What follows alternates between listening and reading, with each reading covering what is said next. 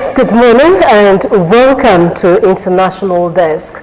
I am Mojisola Shulaja. It's a pleasure to have you with us as we introduce a new program aimed at exploring the latest developments and issues shaping the world. International Desk serves as a window into the diverse array of events unfolding across the continent. Today, we'll be delving into Syria-Gaza conflict. My guest is retired Commodore Adekunle Olawumi, a former Deputy Chief of Defense Administration, HOD Criminology and Security Studies, Chrisland University, and Abeokuta, and Harvard alumnus of Harvard Kennedy School of Politics. He is also a member of Amnesty International Institute of Professional Security, to mention a few. You most welcome. Thank you very much for having me. Yes, it's a pleasure to have you join us, and we're taking a look at the conflict between Gaza, Israel, Hamas, Gaza, Israel. I want you to give us the historical background of this briefly. Thank you very much for that question. I think we have to go as far back as 19th century when the British definitely tried to take that place over from the Romans. You know, that area has been conquered several times by many empires in the past, but we can't go that far. Let's just look at around 1948 when Israel actually got their own state, and that was what really inflamed the other Arab nations, you know, from trying to protest the British mandate that actually tried to give the Israeli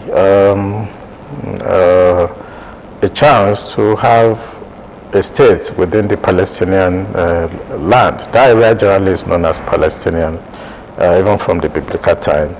So the coming of Israel to that place is actually what influenced the Arabs. You know, Egypt, Saudi Arabia, Iran, even Jordan initially, Syria, Lebanon. Most of these states that were within the Arab Middle East were not very comfortable with the arrival of the Jewish people. Maybe as we go on, I will be able to explain the difference between Jews and Jewish people. And that is what I think our audience need to know. You can be a Jew because you're a Jew by birth. You can be Jewish because you're Jewish by religion. So most of the people that we have in that space today are Jewish.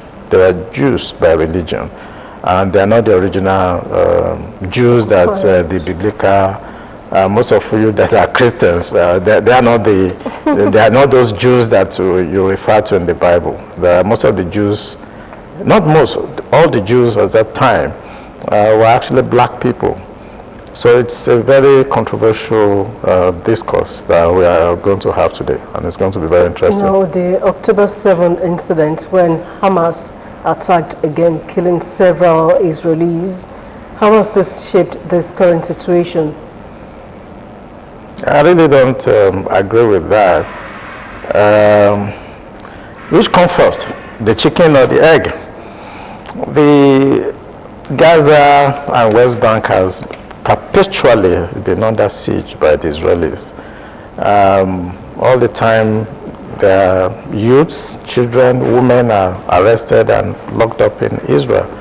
They have been deprived of their liberty for years, you know, for decades, since the Yom Kippur War. Are you talking about the Palestinians? I'm talking about the Palestinians has been under siege, and they did not really start the October 7th program that, as you really said, it was because they were pushed to the wall. So they have to react. That's why I say, what comes first, the chicken or the egg? The Israeli has been putting them under perpetual bondage, so to say. And it's sometimes natural for people to react when they are pushed to the wall. But if you want to talk about the October 7 issue by Hamas, I also have a different opinion about it, and it's also controversial because I don't believe that the Israelis did not know that event was going to happen. I really don't believe so. I haven't been an attaché to Israel and deputy defense attaché, let me put it correctly, and I was also trained severally in Israel. I know for sure that the Israelis, they have agents among the Hamas. They have men among them, and they have so much electronic and geospatial authority on Gaza. Every inch in Gaza is covered by Israel every day, every time, 24 hours. For that event to happen, and they claim not to be aware, is suspect to me. So I have my opinion about what happened then. But after the attack, of course, we knew what happened. The Israeli actually, it's like using a sledgehammer to kill mosquitoes, you know. They lost about 1,000 people plus. And as of today, they've killed more than 40,000 Palestinians, you know, and several more, you know, injured. It's something that is not acceptable in international relations, and I think they've had their day in court at International Criminal Court, and I don't know how far that case is going to go. I think what the Israeli did was very unfair, and I think we cannot say that that event started from October 7. It has always been like that, you know. Yes, but you know, Israel was relaxed in the kind of way, so the attack came as a surprise to them. They weren't expecting it at that time, but you said you don't believe they weren't expecting it. Now let's talk about the impact of this humanitarian crisis. Last week, Israel attacked Al-Shifa hospital. It has been the focus of attack, you know, Al-Shifa. So let's talk about the impact of this on the people, most especially the children, the women who are vulnerable. Yeah, what they're trying to do is what I refer to in warfare as total war against an opponent that is very weak. And in the process, the collateral damage has been so high that it's like it's not really happening. I don't think outside the Peloponnesian War and the Battle of Solferino, where, I mean, people were brutally murdered, you know, I think there's another history in the making where children, families, women, even hospitals were not spared, schools were not spared, even the United Nations buildings were not spared. This has not really happened before. Especially when it's not like total war when you talk about Russia-Ukrainian operations. But I think why they really went for the hospital is because they gathered intelligence that the Hamas were regrouping in that particular building. And I think what they just did was to conduct a preemptive strike. They don't really want to wait for them to reorganize and start another skirmish. So, but I think they did well this time because they actually allowed civilians to leave that place. Children, even sick people were asked to evacuate before they conducted our operation, which was also very brutal because even when people are surrendering, they were not spared, which is against the Geneva Convention. It can be likened to a war crime. You know, when, you know, you have cornered people and they have surrendered and you are still shooting at them, and more than 200 people were killed, you know. Most of the activities that we are seeing, my concern is that I really don't want it to be what we say in international relations, that it becomes state practice, where things like this will go unpunished and subsequently other states we, take dressing from what the Israelis are doing. I think the international community should try to discourage this type of aggression and prevent a situation where the world we're going to anarchy. I'm imagining the next 2-3 years from now, maybe the Chinese also attack Taiwan and conduct this kind of operation in Taiwan. What are we going to say? So I think we should be careful in trying to condone the Israeli atrocity in that region. Now, when you talked about the international organizations, kind of the impact, one way or the other, they contribute to all this, right? When you look at the roles U.S. in particular is playing, it's neither here nor there, to tell Israel to cease fire, and at the same time, it is still arming Israel. What do you have to say? Yeah, that's a very great question. The role of the United States.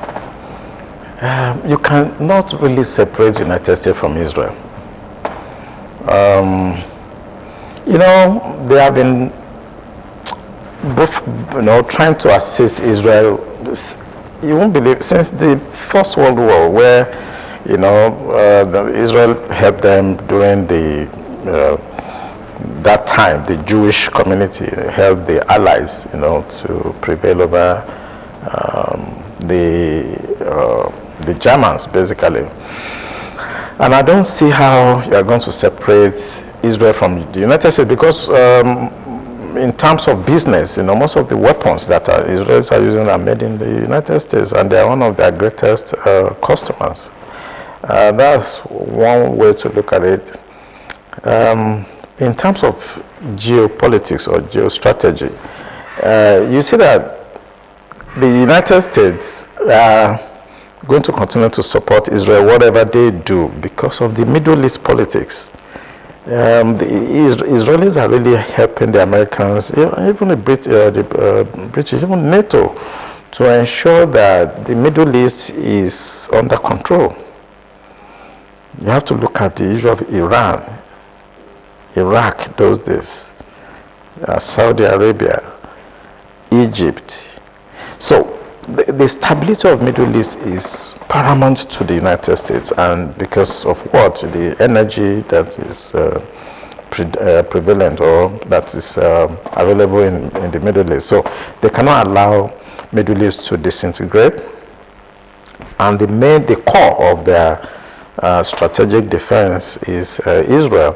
So if anything happened to Israel, then it's going to affect the American business. It's going to affect the Western relations with some of the Arab countries. That's why you see their impact in Lebanon, in Syria, and today Jordan is already a friend to Israel, and the same thing with Egypt. Recently, before this October 7 attack, the Saudi Arabia were almost signing a relationship with Israel, and I think it was that attack that actually put asunder to that. So the stability of Middle East is very key to why the United States will always support Israel, no matter what they do. Also, we have to look at the issue of bipolarism, whereby, you have the Russians also trying to have an inroad into Middle East. They're already in Iran, they're already in Syria, they're already in Lebanon, that's the Hezbollah. And Americans and the allies are not going to allow the Russians to have a foothold in that area. So we shouldn't look at it as, they are selling arms to Israel to protect itself. They're actually selling arms to Israel to protect the Western influence and interests.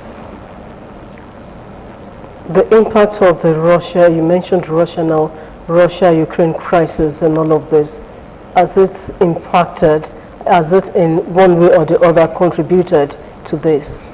No, absolutely, absolutely. You know, different thing entirely. no. It's also there's a relationship because basically, you know, when you look at the international security environment, what is going on is actually proxies. You know, proxy wars. So when you look at Ukraine, Russia, you know that Ukraine is a proxy to the NATO countries. If you look at the Hezbollah in Lebanon, they are proxies to Iran, and Iran is a proxy to Russia. So whatever you see going on, there's always a link.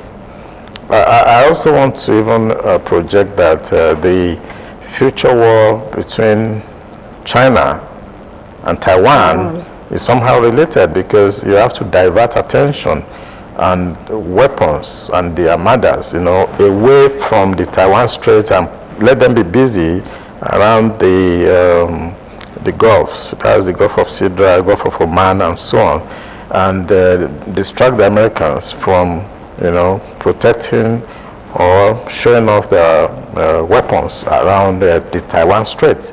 So you can see the link between the Russians, China, Iran, and the interest in Taiwan. And the skirmishes you are seeing sometimes in Gaza, West Bank, Israel, is to also to draw the Americans away from giving too much attention to Ukraine. Since the Gaza-Israeli war, less attention has been given to what was happening in Ukraine, Russia. And less attention also is being given to Taiwan, because they are very busy to ensure that that place does not implode. Syria is a very powerful country. Lebanon, Iran is going to keep the allies very busy in the Middle East, while the Chinese also have time maybe to take over Taiwan as they have promised. So there's always a link. Sometimes like a gambit game, it's like you're playing chess.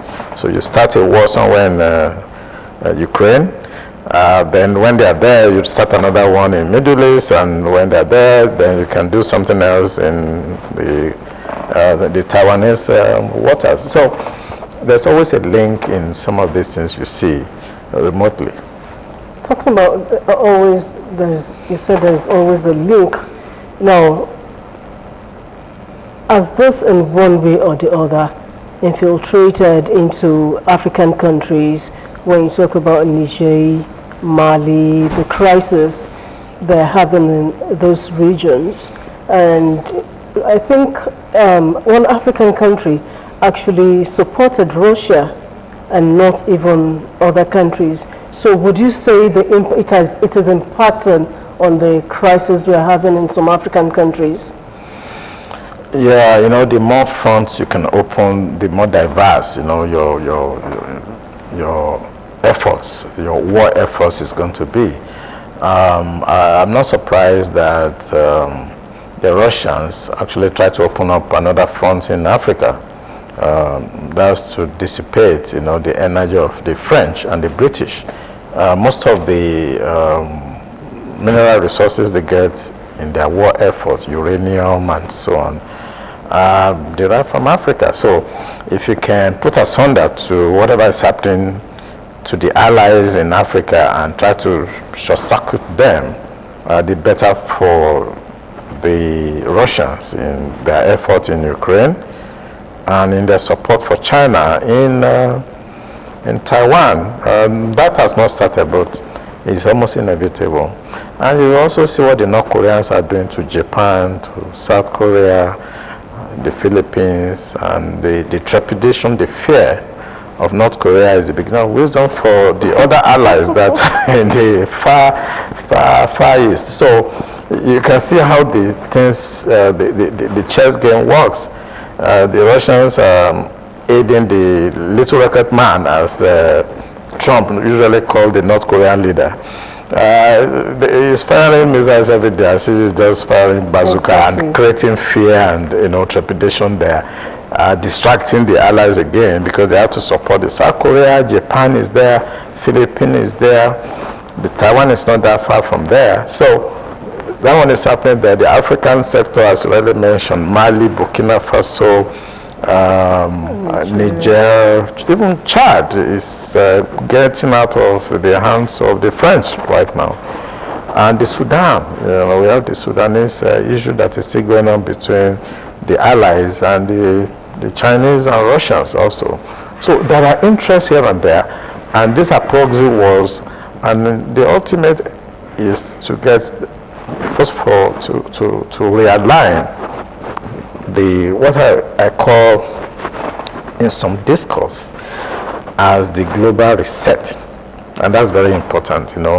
The globe is going through a reset, from polarity to bipolarism to multipolarism. The Russians are trying to weaken the dollar by establishing BRICS. So there are both economic, military, ideological war that is going on right now. Let's round off with the lessons from Gaza to African leaders. Lessons for Africa. I don't want to be derogatory, but I don't think Africa has learned any lessons. And that's because of the kind of leadership that Africa has. So what happened in Senegal recently, where a young chap is now in Africa, you learn lesson when you understand your challenges. Do we even understand our challenges? But technically, the lesson you should learn basically is not to be a proxy to any of these world powers. Don't allow yourself to be used as proxy, because at the end, the dust, when it's settled, you are going to suffer it with your population. So it's good to be independent in the real sense of it. That's a lesson. Iraq is what it is today. Libya is what it is today. Syria is what it is today. Lebanon is what it is today. So don't let your space be used as a proxy war against each other. So no matter what is the attraction, don't allow yourself to be used as a proxy by the world power. Not even Chad, not Mali, not Burkina Faso, not Niger. At the end of the day, they are going to pay for it if they allow themselves to be used as proxy. Can Israel win this war? Nobody can win an asymmetric war. It can continue for the next 1,000 years. They cannot win that war. They can only negotiate and try to use diplomacy. It's better to use diplomacy. You can kill as many people. There's a theory that if you kill one terrorist, then you are creating another 10.